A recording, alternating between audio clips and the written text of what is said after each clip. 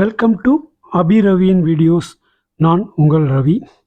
இந்த வீடியோவில் electrical இன்ஜினியரிங்கில் stepper motor பற்றி பார்க்க போகிறோம். நம்ம எலக்ட்ரிக்கல் இன்ஜினியரிங்கில் வீடியோஸ் போட்டு ரொம்ப நாள் ஆச்சு. இப்போ ரீசெண்டாக ஒரு 100-150 வீடியோ ஃபுல்லாக எலக்ட்ரானிக்ஸ் வீடியோ தான் போட்டுக்கிட்டு இருந்தோம். ஆனால் இந்த ஸ்டெப்பர் மோட்டாரும் கிட்டத்தட்ட எலக்ட்ரானிக்ஸ் ரிலேட்டடான ஒரு மோட்டருங்கிறதுனால இப்போ நம்ம அதை பற்றி இந்த வீடியோவில் டீட்டெயிலாக பார்க்க போகிறோம். வாங்க வீடியோக்குள்ளே போகலாம்.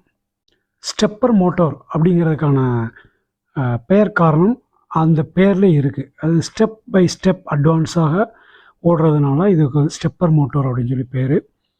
ஒரு ஸ்டெப்பர் மோட்டருங்கிறது என்னென்னா, அது வந்து ஒரு எலக்ட்ரோ மெக்கானிக்கல் டிவைஸ். அதாவது நார்மலாகவே மோட்டார் அப்படின்னாலே அது என்ன செய்யணும், ஒரு எலக்ட்ரிக்கல் எனர்ஜியை ஒரு மெக்கானிக்கல் எனர்ஜியாக, பெரும்பாலும் ரொட்டேஷனல் ஃபோர்ஸாக கன்வெர்ட் பண்ணுற ஒரு எக்யூப்மெண்ட்டுக்கு பேர் தான், ஒரு டிவைஸுக்கு பேர் தான் மோட்டார் அப்படின்னு சொல்லி சொல்லுவாங்க.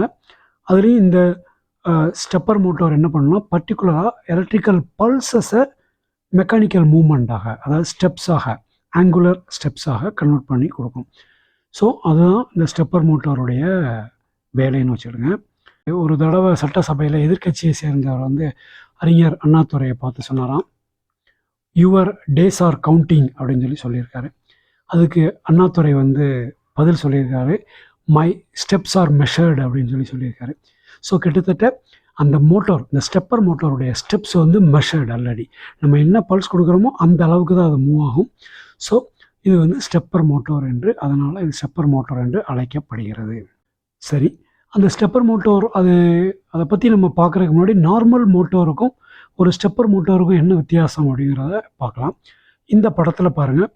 இந்த படத்தில் ஒரு பெரிய ஹால், அதில் 2 சீலிங் ஃபேன் மாட்டப்பட்டிருக்குன்னு வச்சுருங்க. அந்த 2 சீலிங் ஃபேனும் ஒரே பிராண்டு, ஒரே மாதிரி டைப்பு. அந்த 2ஐயும் ஒரே சுவிட்சில் கனெக்ட் பண்ணியிருக்கோம்னு வச்சுருங்க. அந்த சுவிட்ச் ஆன் பண்ணால் 2 ஒரே நேரத்தில் ஓடும், ஆஃப் பண்ணால் ஒரே நேரத்தில் ஆஃப் ஆகும்னு வச்சுருங்க. இப்போ வந்து நம்ம சுவிட்ச் ஆன் பண்ணுறோம், 2மே ஓடிட்டுருக்கு. சுவிட்சை ஆஃப் பண்ணுறோம். அந்த 2 ஃபேனும் ஒரே நேரத்தில் ஒன்று போல் சுற்றி ஒன்று போல் நிற்குமா, ஒரே பொசிஷனில் நிற்குமா அப்படின்னு கேட்டிங்கன்னா நிற்காது. அந்த 2 ஃபேனுக்கும் இடையில் உள்ள மெக்கானிக்கல் வேரண்டர், அந்த பேரிங் கண்டிஷன்ஸு, அங்கே உள்ள ஏதோ ஒரு கண்டிஷனில் இது ஒரு இடத்துலையும் அது ஒரு பொசிஷனில் நிற்கும். இது ஒரு ஃபேன் வந்து கொஞ்சம் முன்னாடியே நின்றும், ஒரு ஃபேன் கொஞ்சம் மெதுவாக நிற்கும். 2 எக்ஸாக்டாக ஒரே மாதிரி சுற்றி நிற்கவே நிற்காது. ஆனால் ஸ்டெப்பர் மோட்டார் அப்படிங்கிறது அப்படி அல்ல. இப்போ இதில் பார்த்திங்கன்னா ஒரு லேசர் என்கிரேவர் மிஷின் இருக்குது. இதில் ஸ்டெப்பர் இருக்குது. அதில் வந்து எக்ஸ் ஆக்சிஸ்க்கு ஒரு ஸ்டெப்பர் மோட்டார், ஒய் ஆக்சிஸ்க்கு ஒரு ஸ்டெப்பர் மோட்டார், 2 மோட்டார் இருக்குன்னு வச்சுருங்க. இந்த 2 மோட்டருக்கும் ஒரு குறிப்பிட்ட பல்ஸ் கொடுத்தோம்னா, ஒய் ஆக்சிஸ் 15 பல்ஸ், அந்த 15 பல்ஸுக்குள்ள மூமெண்ட்டு ஆகுது, அட்வான்ஸ் ஆகுதுன்னா, இந்த எக்ஸ் ஆக்சிஸும் அதனுடைய 15 பல்ஸுக்கு அது அட்வான்ஸ் ஆகும். ஸோ 2க்கும் நம்ம ஒரே நேரத்தில் ஒரே குறிப்பிட்ட பல்ஸை கொடுத்து ஒரே குறிப்பிட்ட பல்ஸை ஒரே நேரத்தில் ஸ்டாப் பண்ணோம்னா 2மே ஒரே நேரத்தில் நிற்கும். அந்த ஒன்று போல் மூமெண்ட் வந்து 2ம் ஒரே அளவுக்கு மூவ் ஆகிருக்கும். உதாரணத்துக்கு எக்ஸ் ஆக்சிஸ் அதனுடைய ஆக்சிஸில் ஃபார்வேர்டோ ரிவர்ஸோ 15 பல்ஸ் மூவ் ஆகிருக்குன்னா, ஒய் ஆக்சிஸ் அதனுடைய ஆக்சிஸில் ஃபார்வேர்டோ ரிவர்ஸோ 15 பல்ஸ் மூவ் ஆகிருக்கும். ஸோ 2மே ஒன்று போல் ஒர்க் பண்ணணும். இதுதான் இந்த ஸ்டெப்பர் மோட்டாருடைய ஒரு சிறப்புன்னு வச்சுடுங்க. நமக்கு நார்மலாக பார்த்தீங்கன்னா, ஒரு இண்டஸ்ட்ரியல் ஆட்டோமேஷனில் வரக்கூடிய அவுட்புட்டில் உள்ள ஆக்சுவேட்டர்ஸில் எல்லாமே இந்த ஸ்டெப்பர் மோட்டார் யூஸ் பண்ணப்படுகிறது. அது எந்த மாதிரி இடங்கள் அப்படின்னு சொல்லி பார்த்தீங்கன்னா, நாட் ஓன்லி இண்டஸ்ட்ரியல் ஆட்டோமேஷன், நம்மளுடைய டே டு டே லைஃப்பில் கூட, அதாவது நம்ம பணம் எடுக்கிற ஏடிஎம் மிஷினில், நம்ம ஆஃபீஸில் யூஸ் பண்ணுற கம்ப்யூட்டர் பிரிண்டரில், நம்ம பயன்படுத்துகிற டிஜிட்டல் கேமராவில், வீடு, அலுவலகங்கள், ரோடு சிக்னல்ஸ் எல்லாம் வச்சுருக்கிற சிசிடிவி கேமராவில் உள்ள மோஷன் கண்ட்ரோல், அப்புறம் லேசர் என்கிரேவரில், இண்டஸ்ட்ரியல் ஆட்டோமேஷனில் உள்ள ரொபாட்டிக் ஆர்ம்ஸ், இந்த மாதிரி இடங்கள் எல்லாத்துலேயுமே இந்த ஸ்டெப்பர் மோட்டார் பயன்படுத்தப்படுகிறது. சரி, ஒரு ஸ்டெப்பர் மோட்டரும் டிசி மோட்டர் தான். ஏற்கனவே டிசி மோட்டர்ஸ் நார்மலாகவே நம்ம நிறையா பார்த்துருப்போம். இந்த ஸ்டெப்பர் மோட்டர் வந்து ஸ்பெஷலி பார்த்திங்கன்னா ப்ரஷ்லெஸ் டிசி மோட்டர். டிசி மோட்டரில் வந்து ப்ரஷ்லெஸ்ஸும் இருக்குது, ப்ரஷ் டைப் உள்ள டிசி மோட்டர்ஸும் இருக்கும். இந்த ஸ்டெப்பர் மோட்டர் வந்து ப்ரஷ்லெஸ் டிசி மோட்டார். இந்த டிசி மோட்டாரை பொறுத்த வரைக்கும் நமக்கு பவர் கொடுத்தாலும் அது கண்டினியூவாக சுற்றிட்டு இருக்கும். ஆனால் இந்த ஸ்டெப்பர் மோட்டார் வரைக்கும் பவர் கொடுக்குறது கிடையாது, நம்ம கொடுக்குறது வந்து பல்சஸ். அந்த பல்சஸுக்கு தகுந்தால இது வந்து அட்வான்ஸ் ஆகும். ஸ்டெப்ஸாக இது வந்து ஆங்குலர் மோஷனில் அட்வான்ஸ் ஆகும், ஃபார்வர்டாகவும் ரிவர்ஸ் ஆகும். சரி, இது எப்படி ஒர்க் பண்ணுது அப்படின்னு சொல்லி பார்த்தீங்கன்னா, அந்த ஸ்டெப்பர் மோட்டரில் நிறைய காயில்ஸ் இருக்குது. ஒவ்வொரு அதை வந்து ஃபேஸ்ன்னு சொல்லுவாங்க. 1 ஃபேஸ், 2 ஃபேஸ், 3 ஃபேஸ், அப்புறம் 5 ஃபேஸ், இந்த மாதிரி ஃபேஸஸில் நிறைய செட் ஆஃப் காயில்ஸ் இருக்கும். அந்த காயில்ஸுக்கு நம்ம ஒரு குறிப்பிட்ட ஆர்டரில் அந்த காயில்ஸை எனர்ஜைஸ் பண்ணுவதன் மூலமாக அந்த மோட்டரை வந்து ஒரு குறிப்பிட்ட ஆங்கிளுக்கு மூவ் பண்ண வைக்க முடியும், மூவ் பண்ணும். ஸோ அப்படி மூவ் பண்ணுறது வந்து ஒவ்வொரு பல்ஸுக்கும், நம்ம கொடுக்குற ஒவ்வொரு இன்புட் பல்ஸுக்கும் அந்த ஸ்டெப்பர் மோட்டர் ஒரு ஸ்டெப் மூவ் ஆகும். அது ஃபார்வேர்டோ ரிவர்ஸாகவோ இருக்கலாம். ஓகே, இந்த மோட்டார் இப்படி ஒர்க் பண்ணுற மோட்டர்னால நமக்கு என்ன கிடைக்கும்னா, டைரக்ஷன் கண்ட்ரோல் இருக்குது. ஃபார்வேர்டு ரிவர்ஸில் இதை கண்ட்ரோல் பண்ணிக்கலாம். நம்ம கொடுக்குற பல்ஸ் மூலமாக நம்ம பல்ஸுடைய ஸ்பீடை கூட்டி குறைப்பதன் மூலமாக அதனுடைய அந்த மோட்டாருடைய ஸ்பீடை கூட்டி குறைச்சிக்கலாம். அப்புறம் அது ஒரு எக்ஸாக்ட் பொசிஷனில் கொண்டு போய் நிறுத்தணும்னா இந்த பல்ஸை வச்சு நம்ம குறிப்பிட்ட எண்ணிக்கையில் குறிப்பிட்ட பொசிஷனில் எக்ஸாக்டாக நிறுத்திக்கலாம். இதுதான் இந்த ஸ்டெப்பர் மோட்டாருடைய அட்வான்டேஜஸ். ஓகே, இதில் எத்தனை டைப்ஸ் ஆஃப் ஸ்டெப்பர் மோட்டார் இருக்குதுன்னு பார்த்தீங்கன்னா, பெர்மனண்ட் மேக்னெட் ஸ்டெப்பர் மோட்டார். அது வந்து அதில் உள்ள ஸ்டேட்டாரில் வைண்டிங் இருக்குது. ரோட்டார் வந்து பெர்மனண்ட் மேக்னெட் ரோட்டாராக இருக்கும். இந்த டைப்பில் உள்ளதில் வந்து ப்ரிசிஷன் வந்து ரொம்ப கம்மியான ப்ரிசிஷனாக தான் இருக்கும். லோ காஸ்ட்டு, லோவர் ப்ரிசிஷன் அப்படி தான் இருக்கும். அதில் வேரியபிள் ரிலக்டன்ஸ் ஸ்டெப்பர் மோட்டார். இந்த வேரியபிள் ரிலக்டன்ஸ் ஸ்டெப்பர் மோட்டாரில் வந்து பார்த்திங்கன்னா, அதனுடைய கோர் வந்து பெர்மனண்ட் மேக்னெட்டாக இல்லாமல் சாஃப்ட் அயன் கோராக இருக்கும். ஓகே, சாஃப்ட் அயன் கோராக இருக்கிறப்ப நமக்கு வந்து பெர்மனண்ட் மேக்னெட் இருக்காது. நம்ம வந்து இது வந்து சிம்பிள் டிசைனாக இருக்கும், அதில் மேக்னெட்லாம் இல்லைங்கிறதுனால. ஆனால் அதில் நம்ம கொடுக்குற வோல்டேஜ் கொடுக்குறப்ப அதனுடைய ரிலக்டன்ஸுக்கு தந்தாலும் அது வந்து பொசிஷனில் நிற்கும். இது வந்து டார்க் வந்து ரொம்ப கம்மியாக தான் இருக்கும். சரி, மூணாவது மாடல்னு பார்த்தீங்கன்னா, அது வந்து ஹைப்ரிட் ஸ்டெப்பர். இந்த ஹைப்ரிட் ஸ்டெப்பர் வந்து பெர்மனண்ட் மோட்டார், வேரியபிள் ரிலக்டன்ஸ், அந்த ரெண்டையும் கம்பைன் பண்ணி கிடைக்கிறது. இதன் மூலமாக ஹை ப்ரிசிஷன், அப்புறம் நம்ம நிறைய பயன்படுத்தக்கூடிய ஸ்டெப்பர் மோட்டார் எல்லாமே இந்த தேர்டு டைப்பில் தான் இருக்கிறது. அது ஹைப்ரிட் ஸ்டெப்பராகத்தான் இருக்கிறது. இந்த ஸ்டெப்பர் மோட்டார் வந்து நம்ம ஆக்சுவலாக எத்தனை டைப்ஸ் இருக்குதுன்னு நம்ம பார்த்தோம் ஏற்கனவே. 3 டைப்ஸு.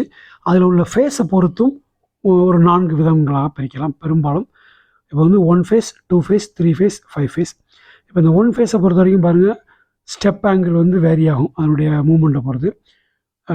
2 ஃபேஸை பொறுத்த வரைக்கும் 1.8 டிகிரி டிப்பிக்கலாக இருக்கும்.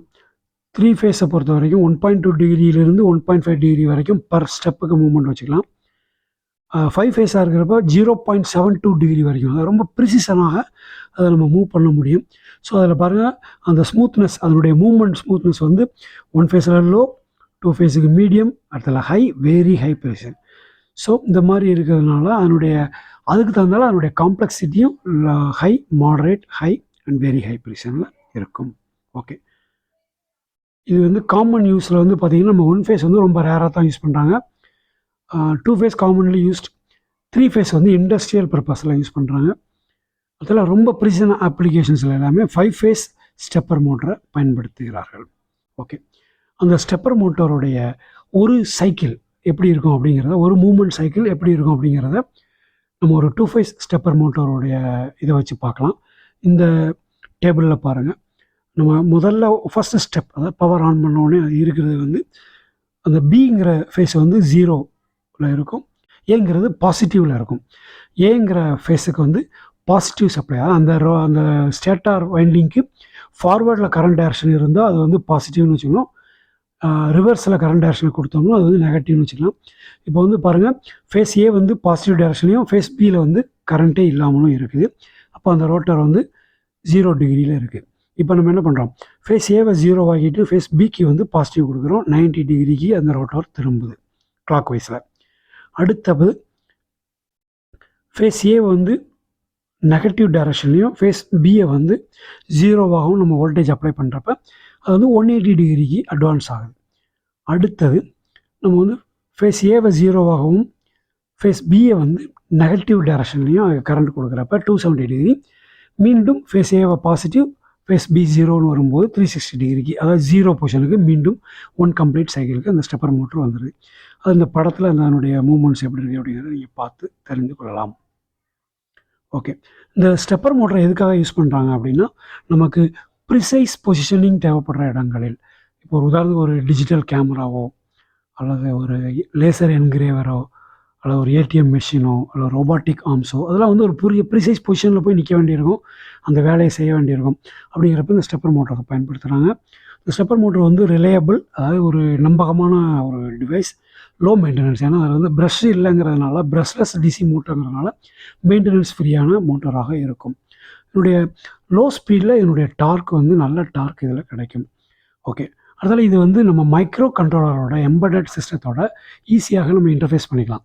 அதன் மூலமாக நம்மளுடைய நிறைய ப்ராஜெக்டுகளில் இதை பயன்படுத்துவதற்கு வாய்ப்புகள் இருக்கிறது. இதுவரைக்கும் இந்த வீடியோவில் இண்டஸ்ட்ரியல் அண்ட் டொமஸ்டிக் இதில் ஆட்டோமேஷன்ஸில் பெரிதும் பயன்படுகிற ஸ்டெப்பர் மோட்டார்ஸை பற்றி நம்ம டீட்டெயிலாக பார்த்தோம். இந்த வீடியோ உங்களுக்கு பிடிச்சிருந்தா மறக்காமல் லைக் பண்ணுங்கள், கமெண்ட் பண்ணுங்கள், ஷேர் பண்ணுங்கள். எங்கள் சேனலை இது வரைக்கும் நீங்கள் சப்ஸ்கிரைப் பண்ணிக்கலன்னா மறக்காமல் சப்ஸ்கிரைப் பண்ணிவிடுங்க. தேங்க்யூ ஃபார் வாட்சிங் அபி ரவியின் வீடியோஸ். Thank you very much.